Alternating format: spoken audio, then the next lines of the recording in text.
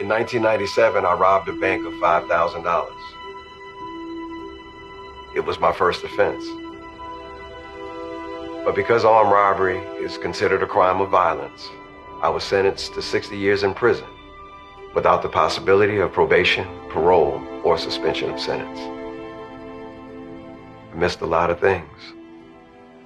I missed first days of school, birthday parties. I missed holidays, graduations. I missed it all. You might be thinking, the guy robbed a bank. Don't do the crime if you can't do the time. I agree.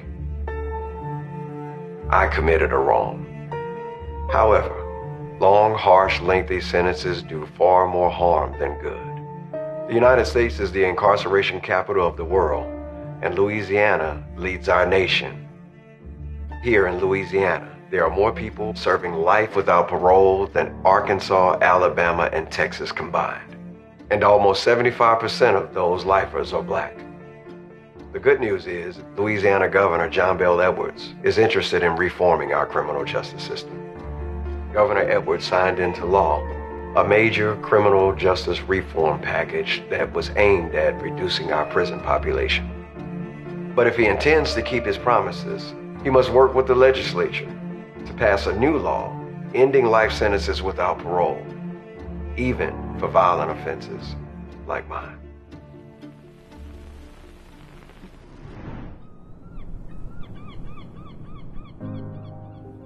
We set out with the dream of opening a hip-hop clothing store in our hometown of Shreveport, Louisiana, and we did.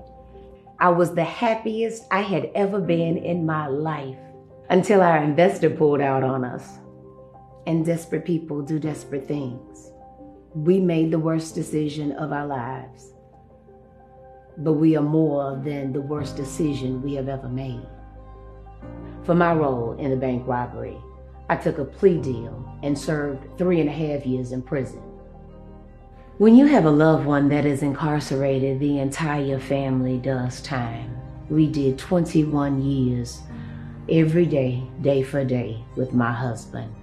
And it was not a minute or a moment that his presence was not missing from our lives.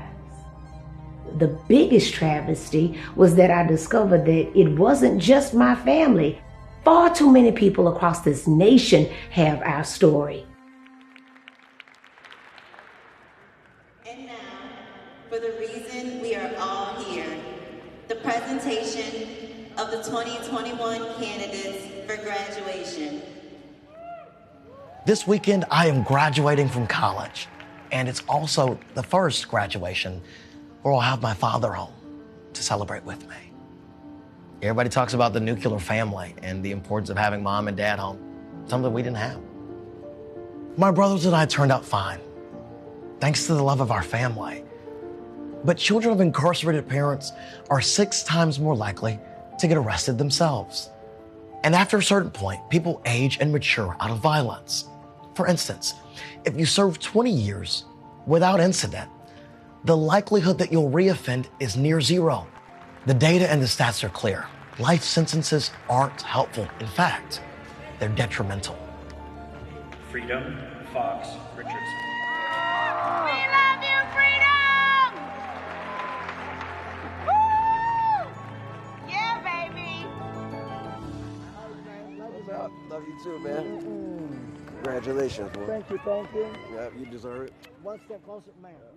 After 21 years in prison, Governor Edwards granted my clemency request. And it was the best day of my life.